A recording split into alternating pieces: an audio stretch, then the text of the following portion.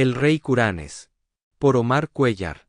El resplandor mortecino de la luz eléctrica danzaba en la penumbra de la habitación de Bastián. Afuera, el viento nocturno de 1985 gemía entre las ramas desnudas de Montpellier, Vermont, susurrando la obsesión que tanto atormentaba a Bastián a través de los cristales polvorientos. A sus 80 años, Bastián temía el lecho tanto como la misma muerte. Sabía que cada vez que cerraba los ojos, podía no volver a abrirlos. La edad había debilitado su cuerpo, pero no su mente, que aún bullía con la misma obsesión que lo había consumido por 6 décadas. Todo comenzó a sus 20 años, cuando en un sueño particularmente vívido, vislumbró la mítica ciudad de Celebes. Sus calles de mármol resplandecían bajo una luna imposible, y en el corazón de su fastuoso palacio, sentado ante un piano de ébano, el rey Curanes ejecutaba una melodía celestial. Nunca en su vida Bastián había escuchado algo tan maravilloso. Al despertar, la impresión de aquella visión lo dejó marcado de por vida. Bastián quería volver a ver a aquel hombre tocando aquellas melodías frenéticas en su piano. Desde aquel momento, cada noche se convirtió en una búsqueda imparable. Intentó, una y otra vez, hallar a aquel hombre, pero el reino de los sueños es caprichoso, y Curanes se le escapaba como un espectro inalcanzable, quien se burlaba de vez en cuando de todos sus intentos mediante risas diabólicas. En su desesperación, Bastián comenzó a dormir más y más, descuidando su vida terrenal en favor de una quimérica existencia en el mundo onírico. Dedicó años enteros a la búsqueda de un rey que solo existía en su mente. Sus amigos se apartaron, su familia lo olvidó, pero a Bastián nada le importaba ya. Solo encontrar al rey Curanes tenía sentido. Así pasó el tiempo, hasta que llegó a los 80 años. Ahora, una espantosa claridad lo asaltaba. Había desperdiciado su vida, perdido el vigor de la juventud, y consumido sus días en un frenesí de sueños fallidos. La furia que sintió fue abrasadora, pero la resignación pesaba más. Se preparó para una última noche de descanso, con la certeza de que su cuerpo no soportaría muchas más. Y fue entonces cuando lo encontró. Esta vez, el sueño no lo eludió. Celebes se extendía ante sus ojos, con su fulgor intacto, como si las décadas de su obsesión no hubieran sido en vano. Y allí, en su palacio de oro y amatista, Curanes lo esperaba, sentado frente al piano y con una sonrisa burlona en su rostro. Pero Bastián ya no era el joven absorto de antaño, era un anciano consumido por el rencor. Con una determinación inhumana, avanzó hacia el monarca, y con un arma que el mismo sueño le proporcionó, le asestó un golpe mortal en el cuello. Curanes apenas tuvo tiempo de soltar un último acorde antes de desplomarse, y cuando lo hizo, Bastián sintió un cambio inmediato. Un torrente de energía lo invadió, su cuerpo se revitalizó, y sus arrugas comenzaron a desaparecer. Era joven otra vez. Y más aún, era el rey. Se irguió sobre el trono, sintiendo el peso del poder absoluto sobre sus hombros. Celebes era suya. Reinó con arrogante júbilo, contemplando la ciudad que por tanto tiempo había visitado con la esperanza de volver a escuchar la música de piano de Curanes. Pero su regocijo duró poco. Apenas unas horas después, una punzada brutal recorrió su pecho. Sus manos temblaron, y su visión se oscureció. Sintió que la vitalidad robada se disipaba de su cuerpo con la misma rapidez con la que la había obtenido. Un dolor atroz le arrancó un grito, y en ese instante comprendió su destino. En su cama en Montpellier, su cuerpo inerte se desplomó. Su corazón había cedido, vencido por la vejez y la tensión de su victoria efímera. Y mientras Bastián perecía en su mundo real, Celebes comenzaba a desmoronarse en el reino de los sueños.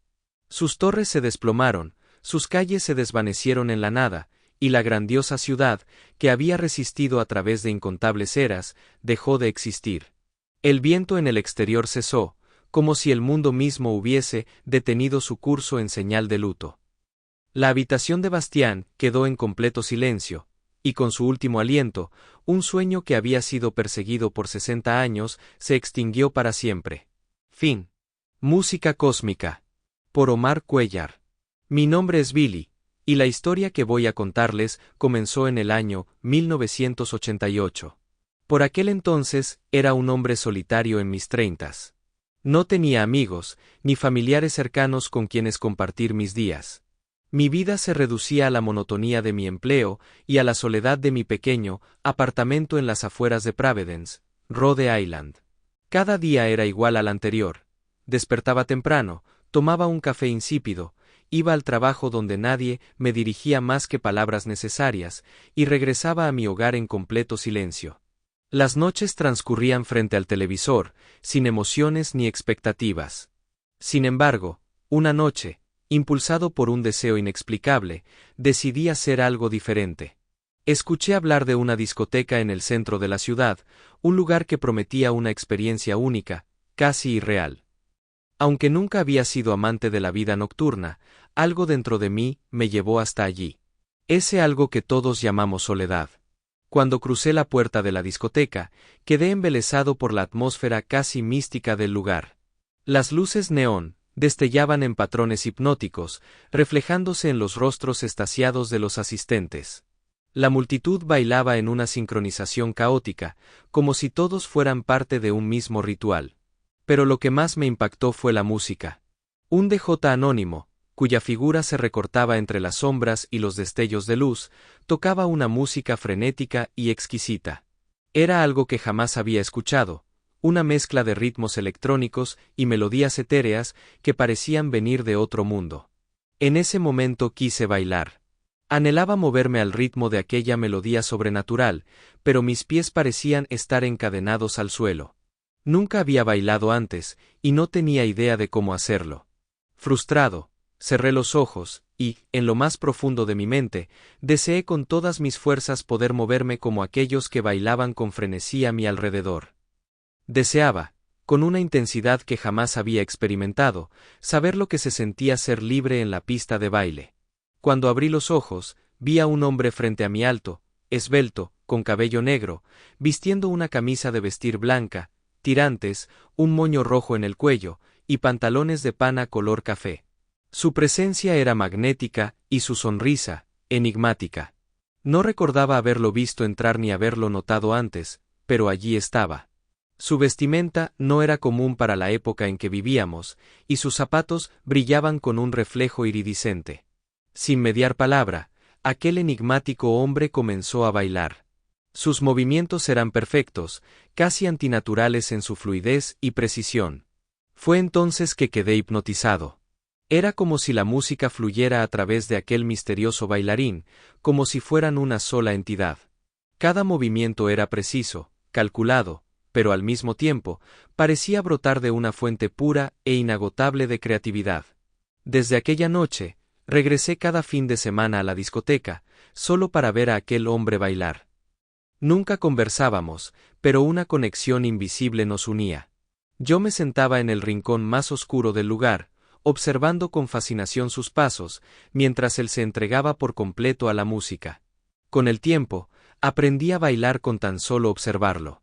Mi cuerpo empezó a captar los movimientos, a fluir con la música, y a convertirse en parte de la mística atmósfera del lugar.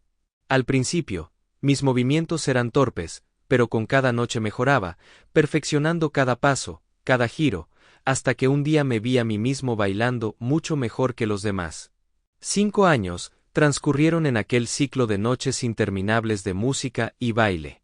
Finalmente me había transformado. Ya no era aquel hombre tímido y solitario que había sido. La música me había transformado, o mejor dicho, mi amigo me había transformado. Aquel ente de gracia y destreza, quien seguía siendo mi única compañía. Durante esos años, la discoteca se convirtió en mi hogar, y mi compañero de baile en mi única conexión verdadera con el mundo.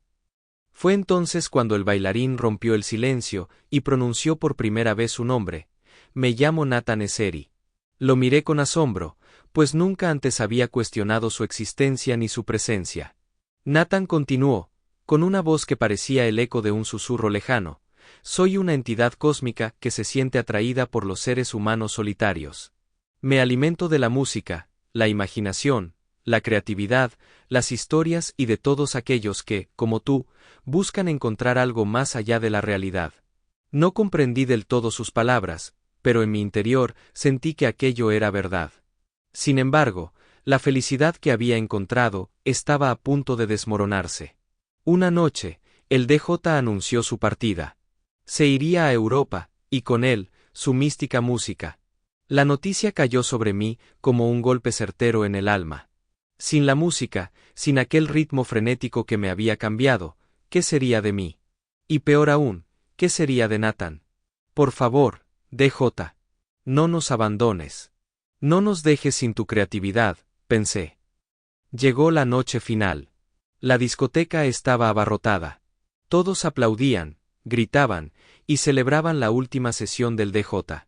Pero ahí, entre la euforia general, solo podía sentir mi pecho oprimido. Lágrimas sutiles recorrieron mis mejillas cuando, al mirar la pista de baile, vi lo inevitable. Nathan comenzaba a desvanecerse. Su figura, antes sólida y vibrante, se tornaba transparente y borrosa. Intenté hablar con mi amigo imaginario una última vez, pero mi voz se perdió en la estridencia de la música.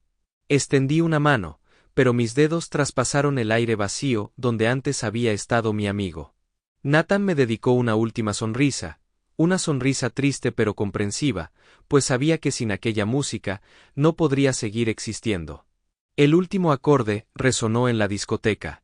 Un estruendo de aplausos llenó el ambiente. Y Nathan, con una última mirada triste, se vio forzado a desaparecer, sabiendo que aquella música maravillosa que alguna vez lo había invocado jamás volvería a ser ejecutada en aquella discoteca. Y entonces me quedé solo otra vez. El silencio posterior a la música fue ensordecedor. Me quedé en la pista de baile, sintiendo como la vibración en el aire se disipaba lentamente, dejando un vacío abrumador en mi interior. Salí de la discoteca sin decir palabra, sin mirar atrás. Caminé por las calles de Providence con la sensación de haber perdido algo más que un amigo. Había perdido una parte de mí mismo, una parte que solo existía en la magia de aquella música. Ahora, en la ausencia de Nathan, no sabré si alguna vez volveré a sentir aquella conexión tan especial y única con la música. Pero una cosa era cierta, nunca dejaría de bailar como Nathan me enseñó a hacerlo. Fin. Cuidador de criaturas.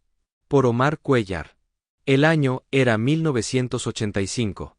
En la pequeña y nevada localidad de Woodstock, Vermont, vivía Georgie, un niño de 11 años con pocas preocupaciones más allá de pasar el invierno entretenido, y, si era posible, ganar algo de dinero extra.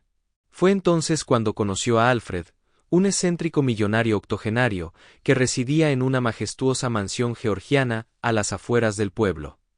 Alfred planeaba visitar a su nieta en Florida durante una semana, y, con un aire misterioso, le ofreció a Georgie un trabajo peculiar: cuidar de unas criaturas especiales que habitaban en la mansión. Sin embargo, había una condición extraña. Según Alfred, estas criaturas eran completamente imaginarias y solo podían existir si Georgie las imaginaba.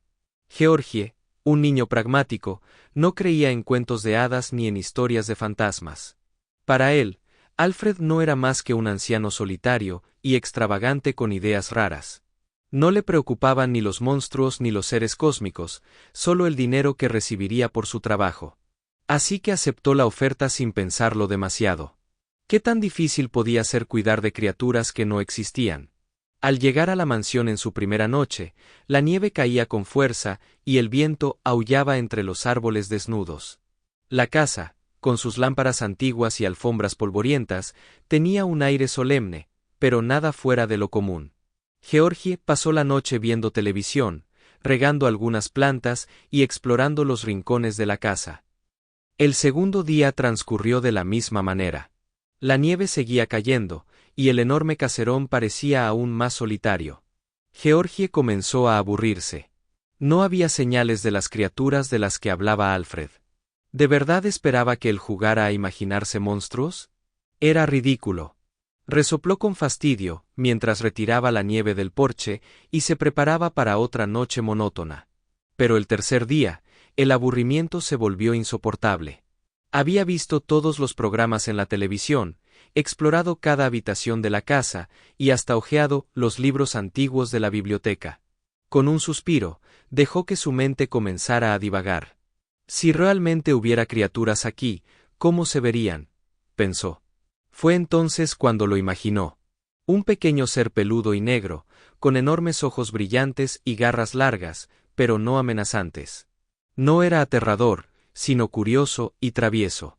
Georgie lo imaginó corriendo por la alfombra, trepando las cortinas y escondiéndose detrás de los muebles.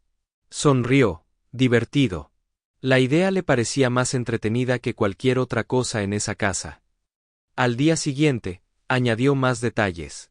Ahora había más de esos pequeños monstruos rondando la mansión, algunos con orejas puntiagudas, otros con colas largas y peludas. Para la quinta noche, la mansión estaba completamente llena de ellos. Lejos de asustarse, Georgie se sentía fascinado. Ahora tenía un propósito. Alimentaba a las criaturas, les preparaba pequeños nidos con almohadas y mantas, y las entretenía. Pronto descubrió que les encantaban las historias de terror. Así que, con una linterna bajo la barbilla, les narraba cuentos espeluznantes en la oscuridad del gran salón. Pero su descubrimiento más sorprendente fue que los seres también disfrutaban de la música clásica y el ballet. Georgie, en un arranque de inspiración, comenzó a bailar para ellos. Daba giros y saltos mientras los pequeños monstruos lo observaban, imitando con torpeza sus movimientos. Los días pasaron en un torbellino de actividades. Ahora Georgie ya no se aburría, porque siempre estaba ocupado cuidando y atendiendo a estas misteriosas criaturas. También se había encariñado con las criaturas, y éstas parecían depender de su imaginación para existir. La casa ya no le parecía un lugar solitario, sino un refugio lleno de vida y fantasía. Pero todo lo bueno tiene un final. La semana llegó a su fin, y, en una mañana de cielo despejado, Alfred regresó a su mansión. Georgie sintió un nudo en la garganta al pensar en despedirse de sus nuevos amigos. Cuando Alfred cruzó la puerta, sus ojos recorrieron la mansión con atención. El anciano sonrió con satisfacción. Donde antes solo había aire vacío y silencio, ahora se movían decenas de criaturas peludas, trepando muebles, jugando y observándolo con curiosidad. Alfred miró a Georgie y asintió con aprobación. «Felicitaciones», dijo con voz cálida. «Veo que lograste imaginar a la especie gospodarca. Es una raza cósmica muy rara, y pocos pueden traerla a la existencia». Georgie parpadeó, sorprendido. Por primera vez, se preguntó si Alfred había estado realmente loco o si, en cambio, sabía algo que él no comprendía del todo. El anciano continuó: «Te contraté por dos razones. La primera, porque sabía que te aburrirías en esta enorme casa. Pero la segunda, y más importante, es que quería que entrenaras tu imaginación. Y lo has hecho de maravilla». Georgie miró a su alrededor. Las criaturas lo observaban con sus grandes ojos resplandecientes. Alfred tenía razón. Lo que comenzó como un juego, se había convertido en algo más grande. Sonrió, aunque con un dejo de tristeza. Sabía que cuando se marchara, los Gospodarca desaparecerían con él. Pero también sabía que, en su mente, siempre existirían. Y quizás, algún día, volvería a imaginarlos otra vez. Georgie permaneció en silencio por un momento, observando a Alfred. El anciano no parecía sorprendido ni asustado al ver a los Gospodarca pululando por la mansión. Al contrario, su expresión era de orgullo y satisfacción. Georgie no sabía qué decir. Durante toda la semana, había pensado que todo era un simple juego de su imaginación, pero ahora, viendo la reacción de Alfred, empezó a preguntarse si había algo más. ¿Y si estas criaturas no eran solo fruto de su mente? ¿Y si siempre habían estado ahí, esperando a que alguien les diera forma? ¿Esto significa que son reales?, preguntó Georgie, con un atisbo de duda en la voz. Alfred soltó una leve carcajada, y se acercó a una de las criaturas, que ronroneó al sentir su presencia. «Tan reales como cualquier cosa que puedas imaginar», respondió. «Lo que muchas personas no comprenden es que la imaginación no es solo un juego de niños. Es una herramienta poderosa, una puerta a otros mundos. La mayoría de los adultos olvidan cómo usarla, pero los niños aún tienen la llave. Tú, Georgie, has demostrado que tu mente es más fuerte de lo que crees». El niño miró a su alrededor. Los pequeños seres lo observaban con adoración, como si él fuera su creador y protector. En cierto modo, lo era. Georgie sintió una mezcla de orgullo y tristeza. Sabía que, ahora que Alfred estaba de vuelta, su tiempo en la mansión había terminado. Con un suspiro, se acercó a las criaturas y las acarició una última vez. Supongo que esto es un adiós, murmuró. Pero Alfred negó con la cabeza. No necesariamente, dijo. Los Gospodarka seguirán existiendo mientras los recuerdes. Quizás no los veas siempre, pero estarán contigo. Y quién sabe. Tal vez, algún día, encuentres a alguien más que necesite aprender a imaginar. Cuando eso ocurra, sabrás qué hacer. Georgie sonrió. No entendía completamente lo que Alfred quería decir, pero algo dentro de él le decía que tenía razón. Con un último vistazo a la mansión, y a las criaturas que había traído a la vida, se puso su abrigo y salió al frío exterior. La nieve seguía cayendo suavemente, cubriendo el suelo con una manta blanca. Pero esta vez, el mundo le parecía un poco más mágico. Fin. El hijo perfecto. Por Omar Cuellar. Me llamo Aldous, y el año era 1988. Siempre he vivido en esta majestuosa mansión georgiana en Lewiston, Maine. Sus columnas imponentes, erosionadas por el paso del tiempo, y sus ventanales altos, cubiertos de un polvo antiguo que filtra la luz en haces dorados, han sido mi mundo entero desde que tengo memoria. Aunque, pensándolo bien, no recuerdo cuándo comenzó mi existencia aquí. Simplemente, siempre he estado aquí. No tengo recuerdos de padres, ni de una madre que me arrullara o un padre que me guiara. Esas palabras son ajenas para mí, como conceptos de un idioma que nunca aprendí. La mansión, con su grandeza silenciosa y su extraña calidez, ha sido todo lo que he necesitado. La niebla rodea la casa constantemente, espesa y densa como un velo interminable, desdibujando los límites entre el jardín descuidado y el mundo exterior. Nunca he visto que hay más allá. No siento curiosidad ni deseo. La mansión es suficiente. Es segura. Es mi hogar. Y cuando las tormentas azotan el cielo con violencia, con truenos que retumban en los cimientos y relámpagos que iluminan las paredes antiguas con destellos fantasmales, puedo dormir profundamente, como si esos sonidos violentos fueran arrullos destinados solo para mí. Es en esas noches caóticas donde encuentro la paz. Mis días transcurren entre pasillos largos y cámaras inmensas. El crujir de las viejas tablas bajo mis pies es la única constante, un eco solitario que acompaña mis recorridos. Cada habitación guarda secretos, relojes detenidos hace décadas, muebles cubiertos por sábanas blancas que parecen fantasmas inmóviles, y retratos antiguos cuyos ojos parecen seguirme. Nunca me siento solo.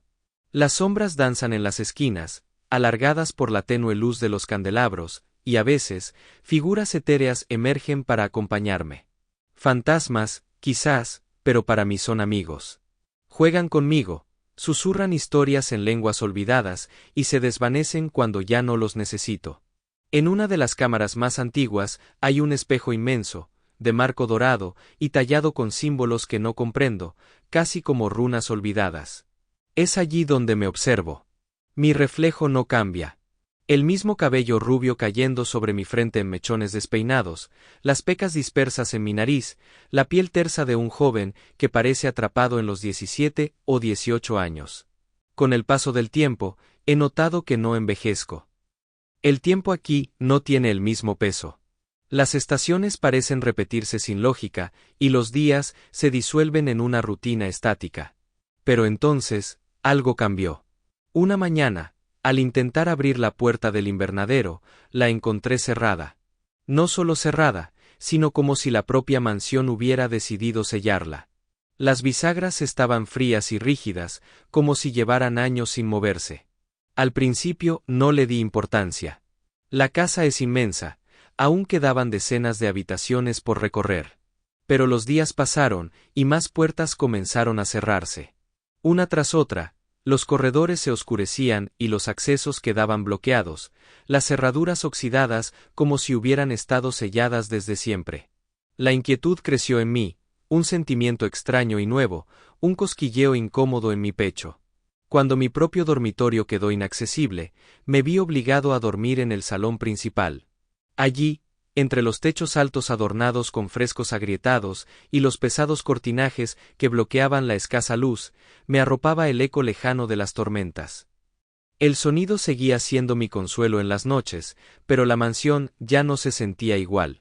Algo en ella se estaba apagando, como si una voluntad invisible se estuviera retirando poco a poco. Eventualmente, todas las habitaciones quedaron cerradas, excepto la gran recepción. Allí pasaba mis días, observando cómo la niebla golpeaba los ventanales, envolviendo la casa en su abrazo gélido. Los fantasmas ya no aparecían. Las sombras parecían haberse replegado, dejando un vacío incómodo. Las paredes parecían más frías, más distantes. La mansión, que siempre me había acogido, ahora me empujaba hacia el borde del abandono. El aburrimiento se tornó desesperación. Sentía el peso del silencio aplastando mi mente. Ya no podía soportarlo más. A pesar del miedo atroz que me provocaba la idea de salir, me acerqué a la gran puerta de roble, aquella que nunca antes había cruzado. Mi mano temblaba al girar la manija, que estaba helada al tacto. Con un chirrido profundo, la puerta se abrió, liberando un aliento de aire frío y húmedo que me golpeó el rostro. El mundo exterior era un abismo de sombras y formas indescifrables. La niebla era aún más densa allí fuera, envolviendo todo en una opacidad opresiva. Oía susurros, pasos lejanos y criaturas invisibles moviéndose entre la bruma. El aire frío cortaba mi piel mientras avanzaba, sintiendo que cada paso me alejaba de la seguridad que siempre conocí. Árboles retorcidos emergían como garras del suelo húmedo, y sombras alargadas se deslizaban entre los troncos. El pánico me envolvió. No podía más. Corrí de regreso a la mansión, mi refugio eterno. Pero al llegar, la gran puerta estaba cerrada. Golpeé con fuerza, supliqué, grité. Pero la madera permanecía inmóvil, fría, indiferente. La niebla se arremolinaba a mi alrededor, como si celebrara mi desgracia. La mansión ya no me quería dentro. Intenté abrirla durante días, tal vez semanas, el tiempo allí afuera era difuso, pero mis esfuerzos fueron inútiles. Mis nudillos sangraban de tanto golpear. Las sombras del exterior se acercaban más, susurrando cosas que no entendía, mientras la mansión observaba en su silencio implacable. Al final, rendido, decidí quedarme en el jardín, frente a la puerta cerrada. Las noches eran crueles. El frío calaba mis huesos y los truenos, antes tranquilizadores, ahora sonaban distantes y huecos. Ya no tenía a mis fantasmas, ni las luces tenues de los candelabros, ni los pasillos interminables para explorar. Solo quedaba la niebla, y yo. Mis pensamientos se volvieron pesados, oscuros, como si la propia bruma intentara infiltrarse en mi mente. La debilidad fue apoderándose de mí. El hambre, el cansancio. Sensaciones desconocidas que me consumían poco a poco. Me acostaba bajo las ramas desnudas de los árboles del jardín, siempre mirando hacia la mansión. Aún esperaba que se abriera de nuevo, que me dejara entrar. Pero eso nunca ocurrió. El rocío cubría mi piel cada mañana, mientras el aliento se volvía débil y tenue. En aquellos momentos de angustia, comprendí algo devastador. La mansión había sido mi madre y mi padre. Ella me protegía, me alimentaba, me cuidaba. Todo ese tiempo pensé que era solo un refugio, pero en realidad había sido mi creadora, mi todo. Y ahora me había abandonado, como una madre que expulsa a su hijo cuando ya no lo necesita. Fue allí, en medio del jardín cubierto de maleza, donde noté algo extraño. La tierra, blanda y removida, sobresalía en un montículo irregular. Algo en mi interior me empujó a escarbar. Usé mis propias manos, rompiendo la tierra húmeda con uñas y dedos temblorosos. Cavé con furia, sintiendo el barro frío entre mis dedos, hasta que mis manos tocaron algo sólido y frío. Aparté la tierra, y allí estaba. Mi propio rostro, inerte, con los ojos cerrados y la piel pálida. Retrocedí, horrorizado, pero la necesidad de entender me impulsó a seguir cavando. A pocos metros, otro cuerpo. Y luego otro. Todos eran yo. Aldous tras Aldous, cada uno con ligeras diferencias, uno con cabello más largo, otro con cicatrices, otro con una expresión de tristeza profunda. Decenas, tal vez cientos de versiones de mí, todas muertas, enterradas en el jardín.